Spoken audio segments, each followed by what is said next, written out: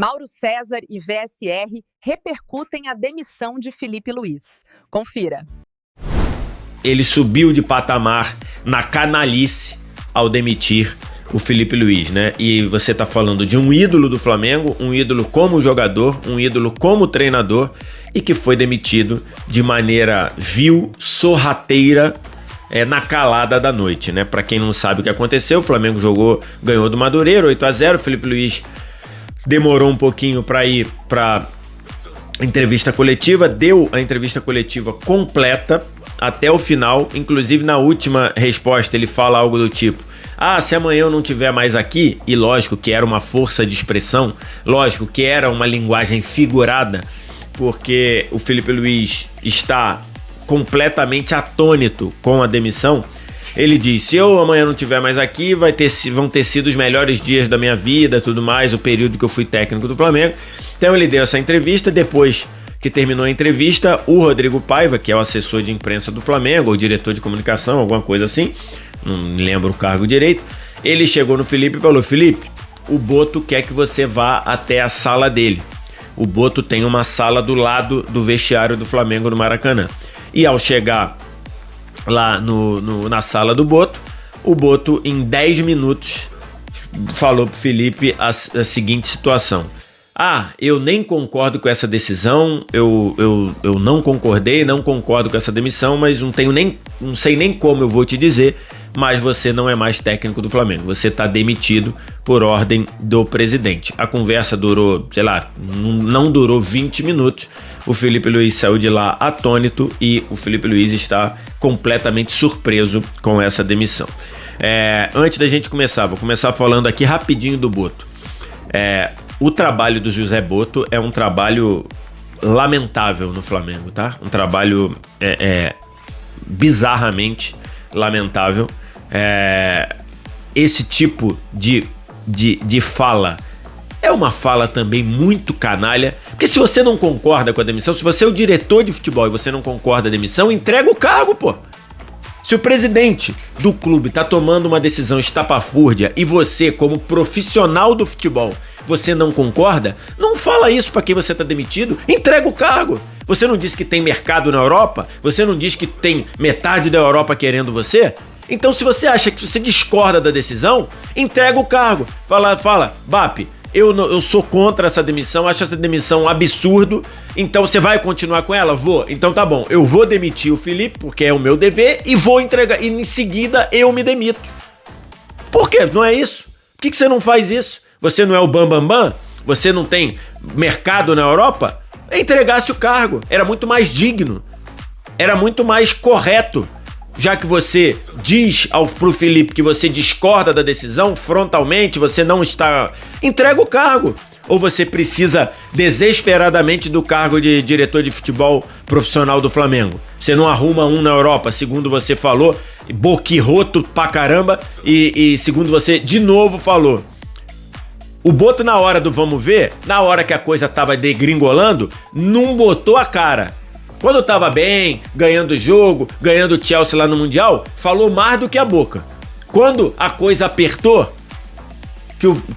que a coisa ficou complicada na temporada passada e que o Filipe trouxe no peito, trouxe sozinho para resolver o caso do Pedro, o caso de outros casos internos que muitos nem vazaram, o Boto não botou a cara.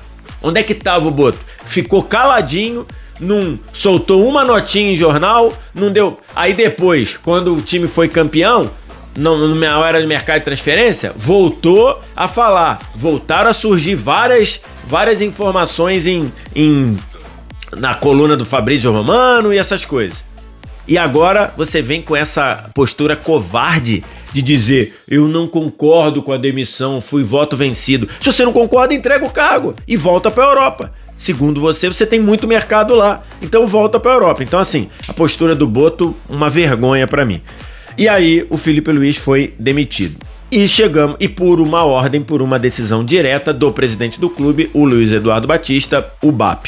De novo, uma demissão canalha.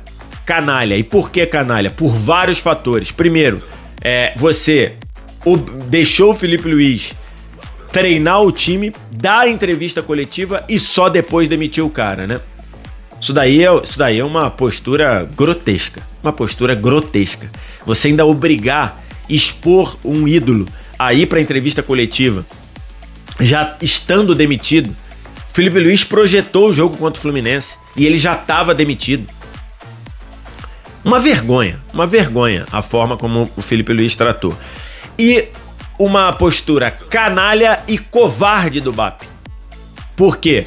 Porque ele não teve culhão, a palavra é essa, ele não teve coragem de fazer o que ele queria fazer, que era, nessa renovação de contrato, que foi uma renovação tensa, uma renovação que eles disseram, tanto o BAP quanto o Boto, disseram que estava tudo bem, mas eles nunca aceitaram a negociação ter sido tão dura assim. Ele não teve coragem de fazer o que ele queria fazer, que era chegar e falar: Felipe, você não vai continuar. Ele não teve coragem, ele não teve culhão para fazer isso. E agora, com 1 mês e meio de um planejamento que foi prejudicado pelo próprio BAP,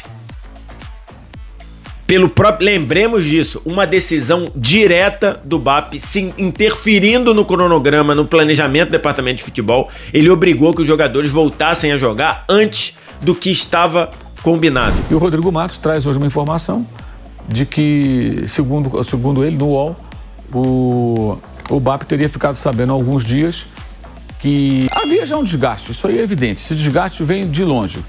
O Felipe não era o técnico do BAP nem do Boto, né?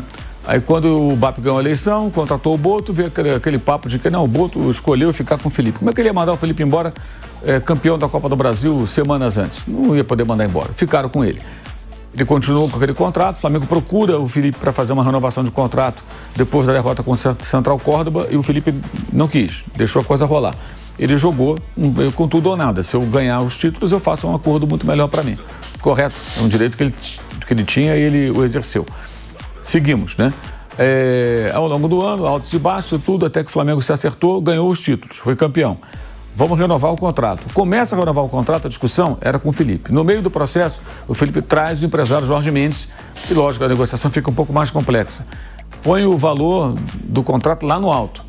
Há um impasse, uma dificuldade, momentos assim de estagnação e o desgaste aumentando. Houve um determinado momento que o presidente do clube já estava decidido a praticamente jogar a toalha, não renovar o contrato, partir para um outro nome. Nesse momento aí, obviamente, já tinha sondado outros nomes, já começou a mapear o mercado, óbvio, porque ele sabia que poderia não ter renovação.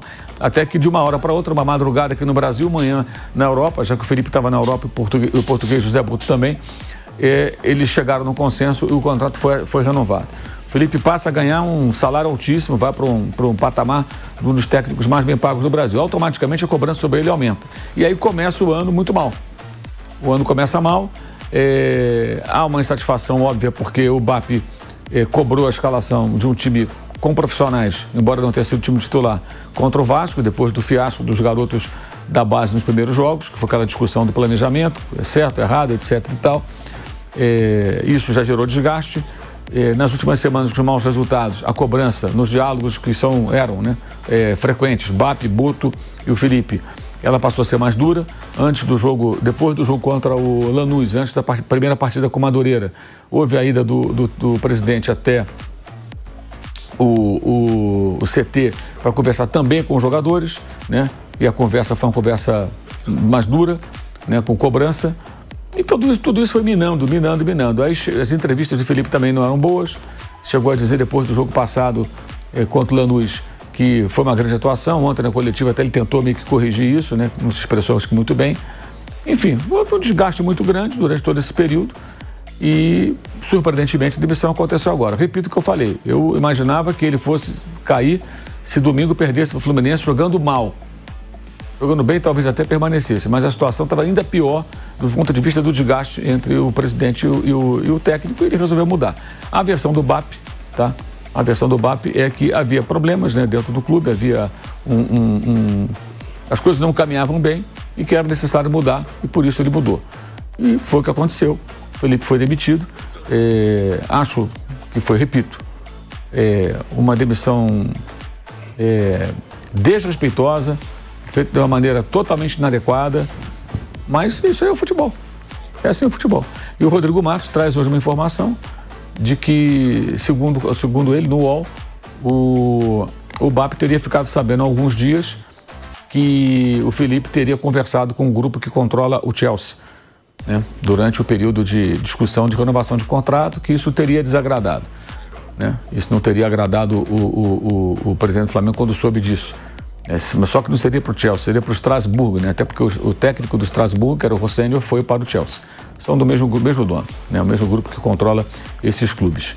E, bem, o BAP não se manifestou sobre isso, né? Enfim, é uma questão até que bota mais pimenta nessa situação, mas, assim, não tem muito o que falar, não. Você já falou tudo aí. Uma demissão injusta, de uma maneira inadequada. Agora, o time vinha mal. O time vinha mal, isso aí também é fato. O Felipe não estava conseguindo ajustar o time. Ontem foi uma goleada, mas sobre um adversário muito frágil, que teve um jogador expulso no primeiro tempo. O trabalho do Felipe apresentava problemas, sim. Isso aí é um fato também, a gente não pode ignorar.